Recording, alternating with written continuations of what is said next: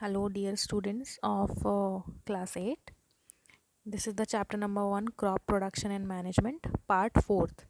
In this video, I am going to discuss about sowing and applying manures and fertilizers.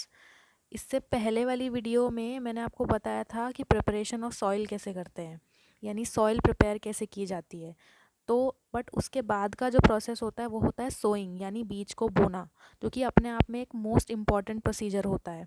क्योंकि अगर हम सारे काम अच्छे तरीके से कर लेंगे, लेकिन अगर हमारा बीज अच्छा नहीं होगा, हमने अच्छे तरीके से बीज को नहीं बोया होगा, तो जो हमारी क्रॉप लास्ट में हमें मिलेगी वो अच्छी नहीं मिलेगी, यील्ड अच्छी नहीं मिलेगी, क्वालिटी अच्छी नहीं मिलेगी। तो सोइंग का मतलब क्या होता है? बीज बोना। और जो किसान होते हैं या फार्मर्स होते हैं, वो बीज बोने के लिए सबसे पहला इंपॉर्टेंट काम क्या करते हैं? वो अच्छी क्वालिटी का बीज पहले सिलेक्ट करते हैं, बहुत अच्छी क्वालिटी का सीड सिलेक्ट करते हैं, जिससे उन्हें ज़्यादा से ज़्यादा यील्ड मिल सके। यील्ड का मतलब क्या होता है? उनकी फसल अच्छी हो सके, उन्हें ज़्यादा क्वांटिटी में मिल सके, यानी फसल ख़राब नहीं हो। जितना बीज वो बोएं उतनी ही उनको क्वांटिटी में क्रॉप मिल जाए बाद में, वो होती है यील्ड। तो अच्छा बीज सिलेक्ट करते हैं, उसके बाद वो उसको बोते हैं। अब बोने का तरीका क्या होता है, यानी सो करने का तरीका क्या होता है? वो दो टाइप से होता है। First one is traditional method, second one is modern method. Traditional methods में क्या होता है कि जो पुराने तरीके से जैसे बीजों को बोया जाता था वैसे ही, यानी ट्रेडिशनल यानी पुराने तरीके जो चले आ रहे हैं उन्हीं तरीके से बो लिया।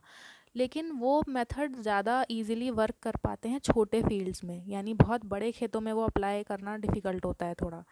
और जो मॉडर्न मेथड्स होते हैं वो बहुत बहुत ही बड़े बड़े जो फील्ड्स होते हैं वहाँ पर मॉडर्न मेथड्स अप्लाई किए जाते हैं। तो जो ट्रेडिशनल मेथड होता है, मैं पहले भी आपको बता चुकी हूँ कि बुल के ऊपर जो प्लॉ लगा दिया जाता है, यानी हल लगा दिया जाता है, उससे जब खेत को जोत लिया जाता है, उसके बाद उसमें बीजों को बो दिया जाता है। तो ये तो हो गया traditional method. Second one is modern method. इसमें क्या होता है? ये सीड ड्रिल था, मैं आपको पहले भी बता चुकी हूँ इम्प्लीमेंट्स में, कि जो सीड ड्रिल होता है इसमें सीड्स को पीछे से डाल दिया जाता है, और जब वो ट्रैक्टर उस आगे की तरफ खींचता है तो नीचे की तरफ सीड्स जो हैं बराबर एक क्यारी में, एक लाइन से मिट्टी के अंदर जाते चले जाते हैं। तो ये हो गया ट्रेडिशनल मेथड। तो इस तरीके से तो बीजों को बोया जाता है। नेक्स्ट क्या होता है, मैंने आपको बताया, next applying manure and fertilisers, यानी मैन्योर और फर्टिलाइज़र को किस तरह से खेतों में लगाया जाता है। अब लगाना तो बाद की बात है, पहले आपको पता होना चाहिए what is the meaning of manures and fertilisers. तो मैन्योर और फर्टिलाइज़र का मतलब सेम ही होता है ऑलमोस्ट, यानी खेतों में जो न्यूट्रिएंट्स बार बार क्रॉप को बोने से, यानी कोई भी फसल अगर हम बोते हैं तो मिट्टी में जो भी न्यूट्रिएंट्स होते हैं वो फसल ले लेते हैं मिट्टी में से। अगली बार हमने वो फसल काट ली, फिर नई फसल बोई, तो बचे हुए न्यूट्रिएंट्स दूसरी फसल ने ले लिए। तो अगर ऐसे ही होता रहेगा तो कुछ टाइम बाद सॉइल तो इनफर्टाइल हो जाएगी, यानी सॉइल के अंदर न्यूट्रिएंट्स बचेंगे नहीं, तो क्रॉप को न्यूट्रिएंट्स कहाँ से मिलेंगे? तो उनके न्यूट्रिएंट्स को बरकरार रखने के लिए, यानी वो न्यूट्रिएंट्स लगातार बने रहें सॉइल के अंदर, हमें कुछ चीज़ों को खेतों में डालना होता है, जिसको बोलते हैं मैन्योर और फर्टिलाइज़र्स। तो मैन्योर वो सब्सटेंसेस होते हैं, ऐसे ऑर्गेनिक सब्सटेंसेस होते हैं जिनको हम खेतों में अप्लाई करते हैं, वो ऑर्गेनिक होते हैं, यानी वो नेचुरल होते हैं। जिन जो हम बनाते कैसे हैं, उनको फार्मर्स या हम लोग नेचुरली बना सकते हैं, उसको आप भी बना सकते हैं। उसके लिए करना क्या होता है? अपने आसपास जो भी खाली जगह हो उसमें एक गड्ढा खोदना होता है, यानी पिट खोदना होता है। और जो भी, जैसे आप सब्जियां ले रहे हो, जो सब्ज़ी के छिलके निकल रहे हैं, कुछ भी जो वेस्ट वाली चीज़ें होती हैं ना, उनको आप उस गड्ढे में डालते चले जाओ, और कुछ टाइम बाद उस गड्ढे को बंद कर दो। तो जो मैंने आपको पहले भी बताया है कि जो फार्मर्स के फ्रेंड होते हैं वो कौन होते हैं? केचुआ, यानी अर्थवॉर्म। तो इसी तरीके के माइक्रो ऑर्गेनिजम्स और भी होते हैं जो सॉइल में होते हैं। तो वो ऑटोमेटिकली जब उस गड्ढे में कुछ टाइम बाद कुछ नहीं बचेगा, ये जो आपको ब्राउन कलर का दिख रहा है, कुछ इस टाइप की चीज़ें निकल के आएंगी, जो जिसको हिंदी में बोलते हैं खाद। तो ये हमने नेचुरली तैयार किया।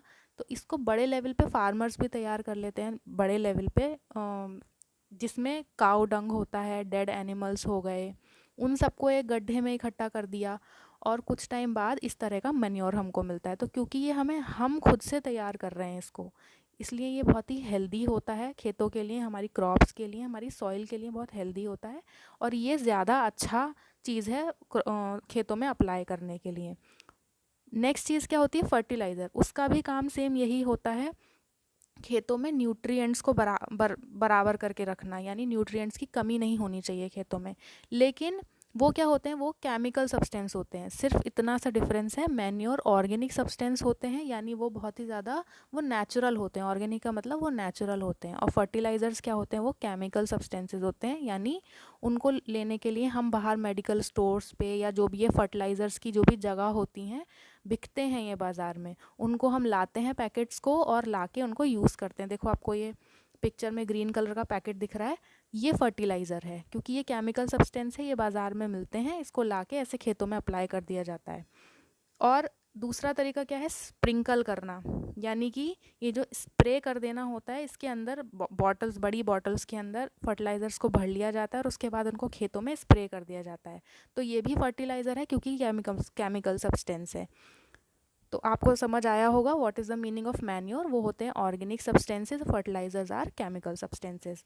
अब दोनों में डिफरेंस क्या होता है, थॉरली मैं आपको अभी बता देती हूँ। देखो मैंने आपको बताया फर्टिलाइजर्स आर इनऑर्गेनिक सॉल्ट्स, यानी वो केमिकल्स होते हैं। मैन्योर जो होते हैं नेचुरल होते हैं। इन सारे डिफरेंसेस को आप पढ़ेंगे, मैं आपको नॉर्मली बता देती हूँ, ये सब आपको पढ़ना है अभी। नॉर्मली दोनों में डिफरेंस क्या होता है, जो फर्टिलाइज़र होते हैं, अगर मैं बिल्कुल सिंपल लैंग्वेज में आपको बताऊं, फर्टिलाइज़र्स को यूज़ नहीं करना चाहिए, क्योंकि वो अनहेल्दी होते हैं हमारी सॉइल के लिए। कहीं ना कहीं क्योंकि वो केमिकल सब्सटेंस है ना, केमिकल्स कभी अच्छे नहीं होते, तो वो कहीं ना कहीं हमारी सॉइल को ख़राब कर देते हैं। उनको धीरे धीरे जो सॉइल की क्वालिटी है उसको ख़राब कर देते हैं। जबकि मैन्योर क्या करता है, वो सॉइल की क्वालिटी को कभी ख़राब नहीं करता, उसके टेक्स्चर को हमेशा अच्छा रखता है। वाटर होल्डिंग कैपेसिटी फर्टिलाइज़र्स ख़राब कर देते हैं, यानी सॉइल के अंदर जो पानी होता है नीचे की तरफ, वो बहुत अच्छे से होल्ड करने की कैपेसिटी होती है सॉइल के अंदर। लेकिन सॉइल में जब बार बार फर्टिलाइज़र्स मिक्स कर दिए जाते हैं, तो वो सॉइल का वो जो वाटर होल्डिंग कैपेसिटी होती है वो धीरे धीरे कम हो जाती है। इसका मतलब खेत में वो क्वालिटी नहीं रहती है। लेकिन मैन्योर क्या करता है, मैन्योर क्योंकि वो ऑर्गेनिक सब्सटेंस है, किसी तरह का सॉइल को नुकसान नहीं पहुंचाता, और जो वाटर होल्डिंग कैपेसिटी है सॉइल की, वो एज इट इज़ रिटेन रहती है, एज इट इज़ रहती है, ख़राब नहीं होती। तो ये बेसिक डिफरेंसेस हैं। अगर सिंपल वर्ड्स में आपको समझ आया, तो सिंपल सा मतलब सिर्फ इतना सा है, हमें कोशिश करनी चाहिए खेतों में मैन्योर यूज़ करने की, फर्टिलाइज़र्स को यूज़ कम से कम करना चाहिए, क्योंकि उससे सॉइल ख़राब होती है। और वो जो केमिकल्स, मोस्ट इम्पॉर्टेंट जो प्रॉब्लम है फर्टिलाइज़र से, वो जो केमिकल्स हमारे सॉइल में मिल जाते हैं, उसके बाद वो हमारी क्रॉप्स में आ जाते हैं, क्योंकि वही न्यूट्रिएंट्स तो हमारी क्रॉप लेती हैं। तो जब वो फर्टिलाइज़र्स, वो केमिकल सब्सटेंस हमारी क्रॉप में आ जाते हैं, हमारी सब्जियों में, फलों में आते हैं, उन फलों और सब्जियों को हम खाते हैं, तो हमारे शरीर को वो डैमेज करता है, हमें अलग अलग तरीके की बीमारियां हो जाती हैं। इट मीन्स हम लोगों को ऑर्गेनिक चीज़ें ही अप्लाई करनी चाहिए खेतों में, यानी मैन्योर अप्लाई करना चाहिए, और उससे उगी हुई चीज़ों को हमें खाना चाहिए, वो हेल्दी होती हैं। फर्टिलाइज़र्स यूज़ नहीं करना चाहिए। नेक्स्ट पार्ट में इसके आगे की चीज़ें मैं आपको समझाऊंगी। Thank you.